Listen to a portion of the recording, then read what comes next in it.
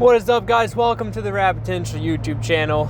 We're getting ready to drive this RX-8. A little bit of a test drive before the track day, and normally I don't get to do these. I'm usually putting my car together, upgrading something, changing something the night before the track day, just like everybody else. So we got home from work a little bit late tonight, and actually something super dope. My new place of employment, we did like a work appreciation thing, so we just went and drove go-karts today. The whole office did. It was super fun. Cole Trickle, i.e. Mr. Rad Me, that's my go-kart name. Top of the class for the company by a couple seconds. I was pretty stoked. So we're gonna rip some back roads, and I just want to talk you guys through this car, because not that the people who watch the channel already know that I love RX-8s, and I think that this is a fantastic car. And more people, you know, you guys are sleeping on RX-8s. I'm telling you, these cars are fantastic. And everyone's like, oh, they're not reliable, they're junk, and they blow up all the time, and they break, and whatever. I mean, 350Zs blow up engines too, you know, if you don't put oil in them, just like a Rotary. If you don't put engine oil in your Rotary, it's gonna blow up. So, the RX-8 as a whole, mine, super simple setup, guys, and I plan to keep it this way. It's a hard toss to want to like upgrade and modify it more, but it's gonna stay like this for a little while because it works. So my car, literally, shocks, springs, exhaust, sway bar, really good tires, and not even really good brake pads. We have Hawk HP Pluses in the front, HP Streets in the back, and it's stock otherwise. I guess I have a cold air intake and some like ducting work done just to help keep everything cool.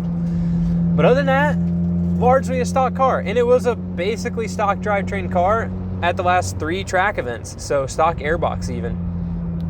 So why are these cars this good? Well, if you watch the last video about the alignment, you're gonna see that from the factory, Mazda puts 6 degrees of caster in this car, and that's what really makes these things feel really good as far as self-center. They drive super nice. It just makes them feel amazing as a driving car. And a lot of your OEM cars just don't have that much caster. They don't give you that much feedback in the wheel. You know, they don't self-center. So that's one thing that makes these cars epic, just to drive in stock form. The other thing is just how balanced they are, right? You're talking about a car that's 3,200 pounds from the factory. I was able to get mine down to like 2,800. And largely, that's a heavy car in sports car standards. I mean, Miatas are mid 2500s, RX-7s are 2700, first gens are 2200, even though it's a totally different class of car, just being a vintage car. You know, so this thing weighs as much as a Corvette, right? My 06 Corvette weighs 3,200 pounds, and this thing makes a quarter of the horsepower of that Corvette. So we're talking, this car maybe is gonna make 150 wheel horsepower, you know? So my buddy Ernie, Failings Performance up in St. Louis, awesome dude. He's dynoed a bunch of these cars, probably 10 or 15 of them. And his personal RX-8, of course, the shop builder's gonna have the coolest RX-8. Made 197 horsepower, and it's like a ported engine, tuned, exhaust, and it's got a bunch of work done to it, you know? So that power level, though, in this chassis is super safe to drive, and you can feel like Mario Andretti because you're floored coming out of every corner. Like, I floor it right there, it didn't even spin. In my Corvette, we just spun out instantly. So it's just such an easy car to drive, like a Miata, and that's really what I think makes them super applicable to the normal person. You know, not everybody is, you know, Chelsea Denofa pro drift driver. Not everybody is, you know, who is another super pro amazing driver, Kim Block, you know, all these guys, right? Not everybody has that skill. Not everybody's been put in a rally car and driven stuff like that. So you can't hop in. Like, my Z06 is an animal to drive at the limit. To take it to the point where that car is as fast as it can physically go, you have to be Randy Popes. Like, you have to be a pro driver. But to take an RX-8 to the limit is really easy because they're a very tame, safe car. So that's why, you know, these cars are just so good. You know, I wish this Jeep would get out of my way so I can go a little bit faster here. We can just take a little break. I also wanted to see, maybe we'll just do it right now. I'm not one to just like cut a donut, but this car is on super sticky tires, and I am curious if it will actually do a donut. Wait, is that the trunk button? Oh yeah, I just popped the trunk. We'll let this Jeep have some room. We'll try to cut a donut right here. So this car's on RT660 Falcons, and they're super grippy.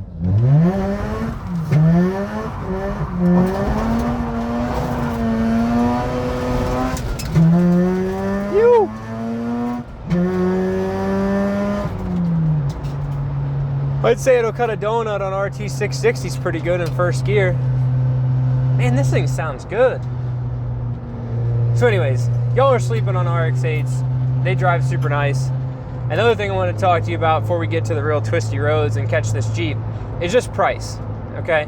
I have a lot of people asking what's a good price for an RX8? What should I expect to spend if I'm going to rebuild an RX8? Like, how much money am I going to have in this thing by the time I get it to, we'll just say like where this car is, which is like an average condition RX8 that was fairly cheap. So we'll walk you through what I spent on my car, what you would anticipate to spend on your car, and what we're planning to spend on Calvin's car. So Calvin just bought a $500 RX8. We rescued it from sitting in a forest. It had 120,000 miles on it, coolant seal failure, the engine is locked up. So what are we anticipating to spend on that car, right? So we're just gonna say blanket budget, right off the rip, that the car is gonna need probably $1,000 worth of time, fuel pump, seals, gaskets, we'll just say assorted odds and ends, right? Brake pads, brake lines, like things you need to replace when your car's been sitting for forever, the occasional coolant hose, maybe a bigger radiator. You know, you're gonna spend $1,000 on it. So we'll say $1,500 right off the rip. Now, you're gonna need to buy or fix the engine. This engine in his car is locked up. I mean, it is locked up. So, an engine rebuild on a Renesis, assuming you can use everything on the inside of the engine, like your core is good, which Calvin's most likely isn't, but assuming you can use your core. Say you bought one that has hot start issues and it runs, but it won't hot start. So you can assume like rotors, the irons, stuff like that are probably still okay in that engine, but it's gonna need everything else replaced. You're probably gonna spend, if you do it yourself, a solid $2,000 on rebuilding that engine, if not more, maybe $2,000 to $3,000 on rebuilding that engine. And you might be able to do it for cheaper, and I challenge you to do it for cheaper, but I'm just gonna put that $3,000 mark to get a good engine under your car. So, off the rip, to get a good RX-8 with a good engine, you know it's solid, a good car, you know it's solid, you're in the money, $4,500, okay? I think that is a super fair price for a car like this. A car that drives really well, comfortable interior, sexy on the outside, 6-speed manual, super good driver's car. I mean, find a FRS or a BRZ for that cheap, you know? And those cars might be more reliable, quote unquote, because they have a piston engine, but honestly, I think the Rotary is just such a cool, unique engine, and it's just such a fun time on the track instead of a 4-cylinder, you know? But, like I said, it's my opinion. So anyways, you're $4,500 into a reliable RX-8, and now you want to go to the track. What's it going to take to get this car on the track and really drive it? Man, I can really feel that extra bit of camber in the front end.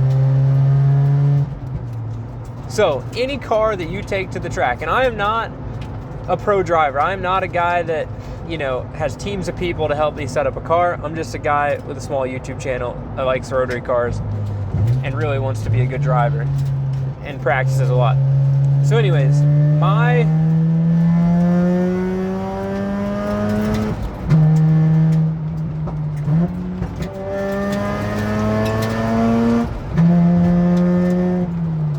okay, we had some curves.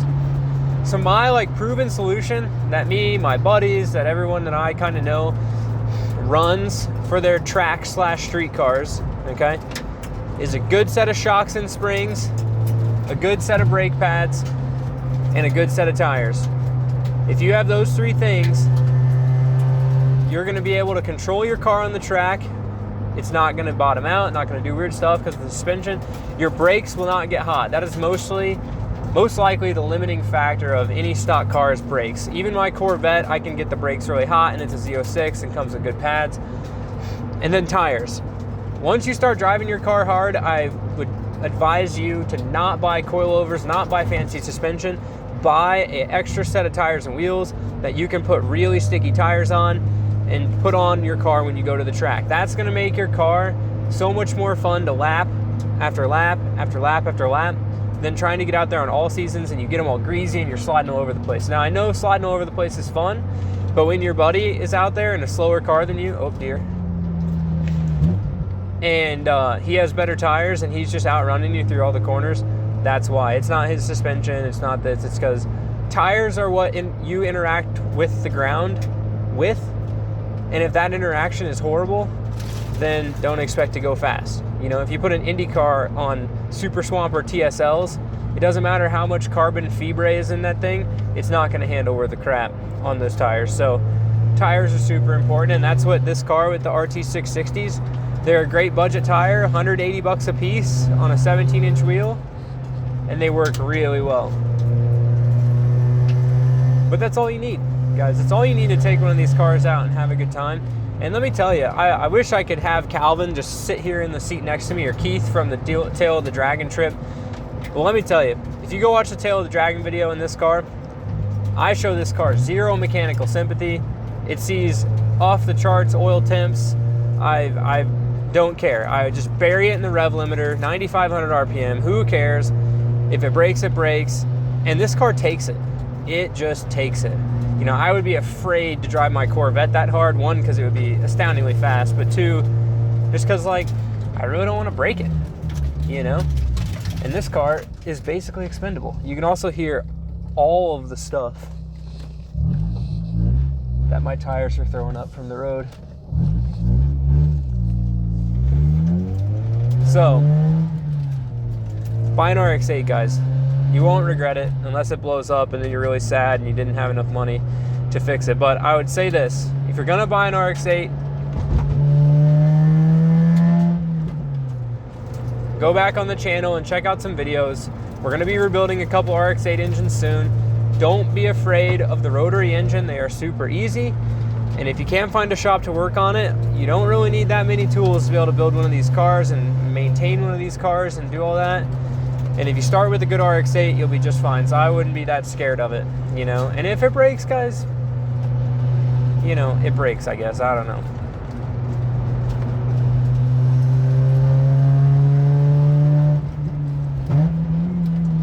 The roads are dirty after that storm yesterday.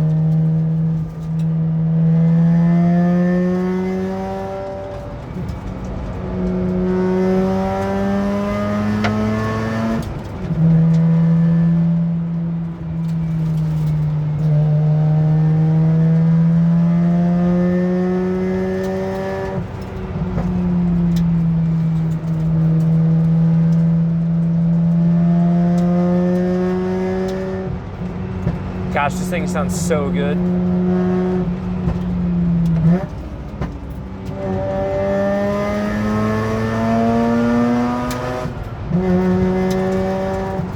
I feel like it's getting louder, that the exhaust is deteriorating.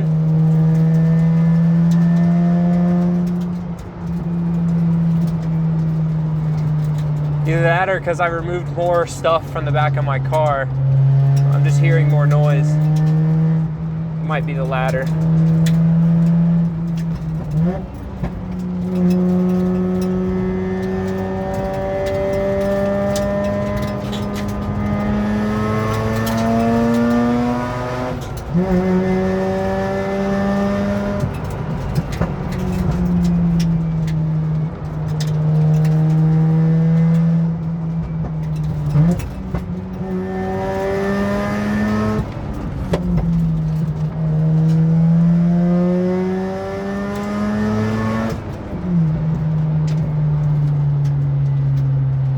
The thing I will say about RX-8s, and nobody blame me for this because my channel is not big enough to have enough of an influence that this would matter.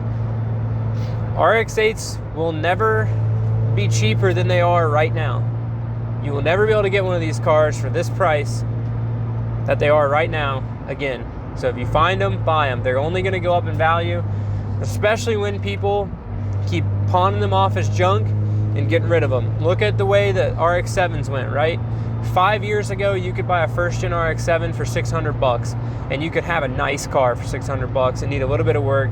Say for $2,000, you could get into a nice one. Now, I can't even find, let alone pay for it. Like, I'm just talking about find one. Like, find a good first-gen That's like full interior with an engine for $500. Everyone's wanting $2,000 for just an engine that runs and has good compression. So again, don't sleep on RX8s, because these cars are going to be that car that you buy, put $4 or $5,000 in, you got a good car for $5, $6,000, and then when you're done with it, or you're ready to upgrade to a new car, get something with real horsepower, in 4 or 5 years, that car is going to be worth what you have in it, if not more. And I think people have been, you know, dogging RX8s for forever, but everybody that I know that's driven an RX8 loves the way these cars drive. They just may not choose to own one, but they love the way they drive.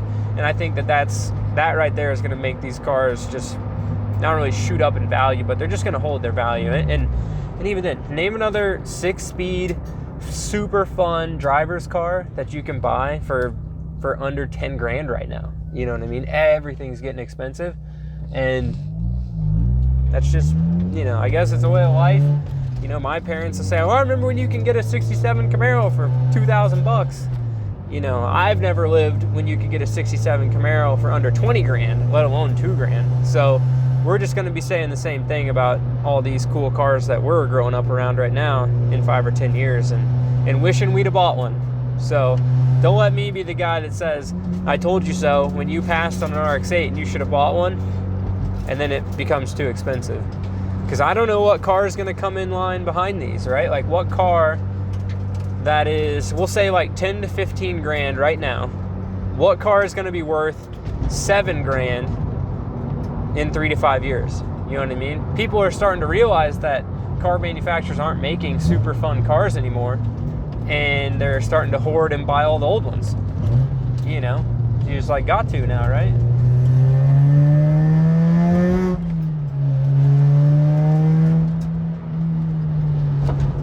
Mid-corner bump.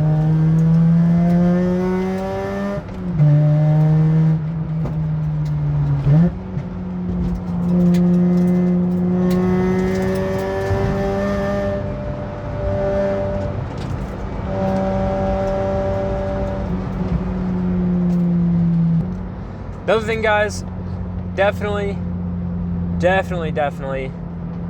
don't be an idiot driving your car on the road. You know, we go for these spirited drives in these videos, and we drive pretty hard. But if you notice, if you ever pay attention in my videos, we're never going fast. We're never doing anything around people's houses. We've always got roads scoped out, just like the tail of the dragon. If you're gonna go be a spirited driver, there's no driveways, there's no kids. You know, the biggest thing we could run into is a deer or a tree. None of that stuff would be at the cause of somebody else. So definitely, if you're out driving, just be safe. Don't do anything dumb. And if you buy an RX-8, guys, your car's not fast enough to really get you in trouble. So buy an RX-8.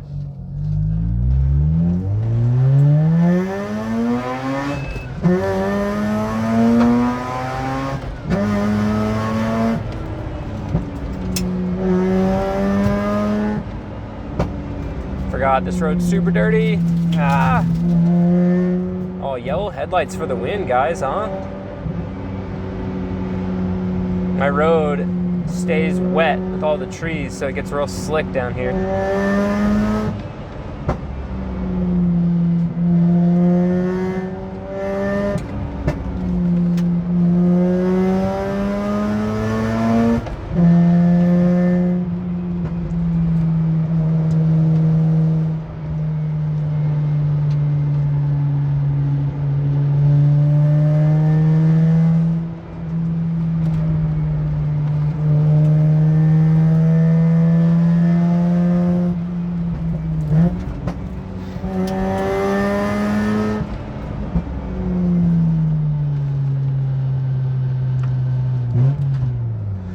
Alright guys, well, that's going to conclude my rant about why people should buy more RX-8s and why RX-8 should be more popular, and why you should buy them right now because they're cheap.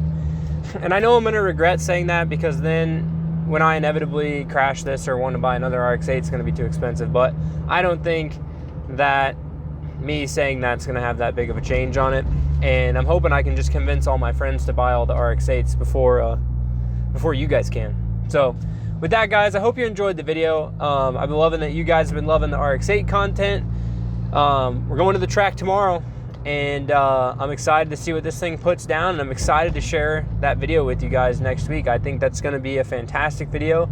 I think we're going to really pull some time out of it, and I can't wait to, you know, end up buying adjustable upper control arms, and then, you know, then we'll be going back to Tim to put a more aggressive alignment in it.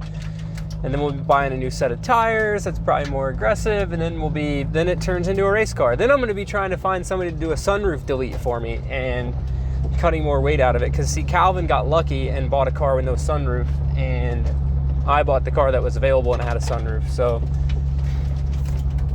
it is what it is. But anyways, guys, thank you guys very much for watching. Love that you guys support the channel. If you want to learn more about these cars, building rotary engines, building this RX-8, everything's been documented on the channel. Go check out those videos. I'd love for you guys to subscribe, share the video with your friends, tell me what you like and don't like about them, and we'll do my best to probably just keep making the videos the way I make them. So with that, thank you guys very much for watching. We'll see you guys in the next one. Keep it rad. The yellow headlights suck. I'd hate to be a GT car at Le Mans. You gotta run yellow headlights. You can't see crap.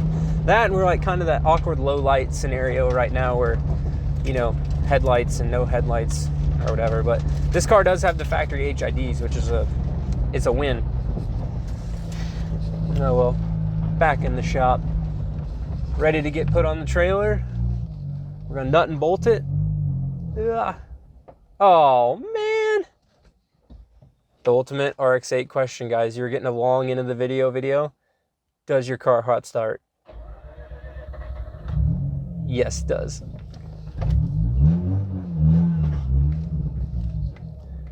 Choo, buddy. Had me worried for a second. Not really. I trust my car. Peace, guys.